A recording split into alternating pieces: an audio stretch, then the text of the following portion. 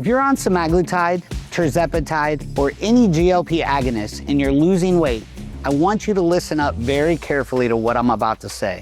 Because yes, the scale is going down and that feels like you're winning. But in my 25 years of clinical practice, I've seen what happens inside the body when people don't do this right. And what I see over and over again is people losing weight and destroying their metabolism at the same time.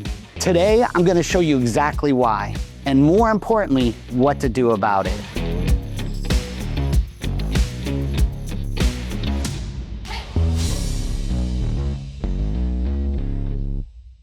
GLP-1 receptor agonists, Ozempic, Wegovy, Mounjaro, or even Zepbound work by suppressing appetite and slowing gastric emptying. You eat less, you feel full faster, the calorie deficit creates weight loss. That part is real. The weight loss is real. But here's what the commercials don't tell you. When your body loses weight from caloric restriction, which is what GLP-1s create, it doesn't just burn fat, it burns muscle too. A 2025 clinical study found that patients on GLP-1 agonist therapy lost an average of about 25% of their weight loss from lean body mass. Not fat, muscle. So if you lose 40 pounds on Ozempic, 10 of those pounds could be muscle mass. And that is a serious problem, not just for how you look, but for how your metabolism works for the rest of your life.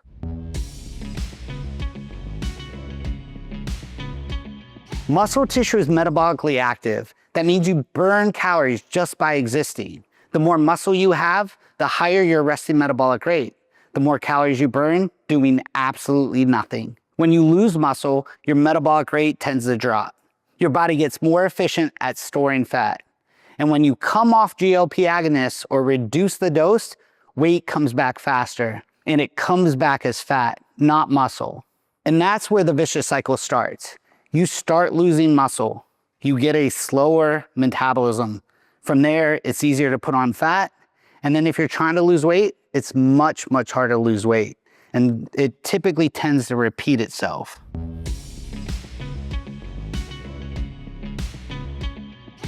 Here's where it gets a little more serious from a clinical standpoint. Muscle loss actually triggers a hormonal cascade. Low muscle mass is directly linked to lower testosterone in both men and women.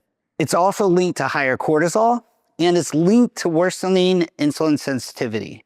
So you end up with a patient who looks skinny, but is metabolically in worse shape than when they first started. I'm sure you all heard of the term skinny fat.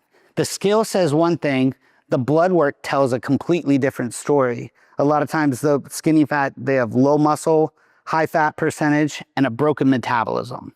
And the frustrating thing is, most providers prescribing GLP agonists are not talking about this. They're watching the scale go down and calling it a win. That's not good enough.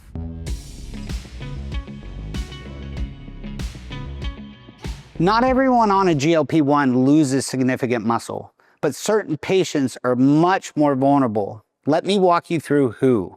First, anyone over 40. We naturally start losing muscle after 40. It's called sarcopenia. It begins earlier than most people think, around 35, and it accelerates with each decade. Add a GLP-1 without a protection protocol, and you're accelerating the process that's already working against you. Second, sedentary patients. A lot of times, if you're not doing resistance training, you have no signal telling your body to preserve the lean muscle that you have. Your body will take the path of least resistance and cannibalize it. Third, patients eating low protein. GLP-1 agonists suppress appetite, which sounds like a good thing. But if you're eating 800 to 1,000 calories a day and most of it isn't protein, you don't have the building blocks to maintain lean muscle. And fourth, high-dose protocols without monitoring. I see patients who get dialed up to the max dose as fast as possible. They start at a dose, double it after a month, double it after a month. Next thing you know, they're at max dose.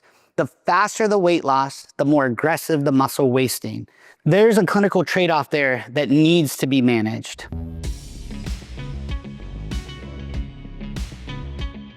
So if you're on a GLP agonist or you're considering one, here's the clinical framework that we use with every single patient. There's 3 pillars. Pillar number 1, protein. You need protein and more of it than you think. My clinical target for patients on GLP agonist therapy is 1 gram of protein per pound of targeted weight per day. If your goal is 160 pounds, you're aiming for about 160 grams of protein daily. The problem is that GLP agonists suppress your appetite so effectively, patients aren't hungry.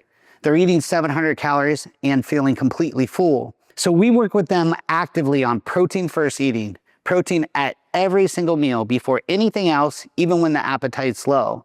Sometimes if they don't feel like eating actual food, a simple protein shake will do the trick.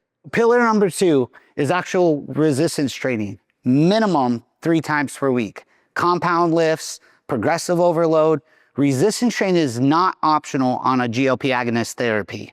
It is the primary signal you send to your body to say, keep this muscle mass. Without that signal, the body has no reason to preserve it. We tell patients all the time, we do not care what the scale says during the weeks that you're actually training hard. What we care about is what your body composition looks like in 6 months. We track it with a DEXA, or sometimes you do bioelectrical impedance, not a bathroom scale. So now the third pillar is monitoring, basically blood work guided dose management. We're not just checking your weight. We're checking your testosterone, your IGF-1, which is your growth hormone proxy, your fasting insulin, and your inflammation markers. If we see your testosterone is dropping or your IGF-1 is declining, that tells us we're losing muscle mass faster than we should. That's where we adjust the dose, optimize the protocol, or an adjunct therapy to help. The goal isn't maximum weight loss speed. The goal is maximum fat loss with maximum muscle preservation. Those are very different targets, and the protocol to achieve them looks completely different.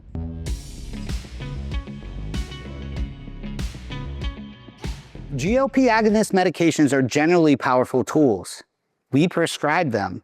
I believe in them when they're used correctly. But a weight loss drug that destroys your muscle mass, wrecks your metabolism, and leaves you worse off hormonally than when you started, that's not a treatment. That's a shortcut with a serious price tag. The patients we see who do this right, who pair GLP agonists with real protein protocol, with resistance training, and with proper monitoring, they don't just lose weight, they transform their body composition. Their energy is better, their testosterone is better, their metabolic rate is much higher.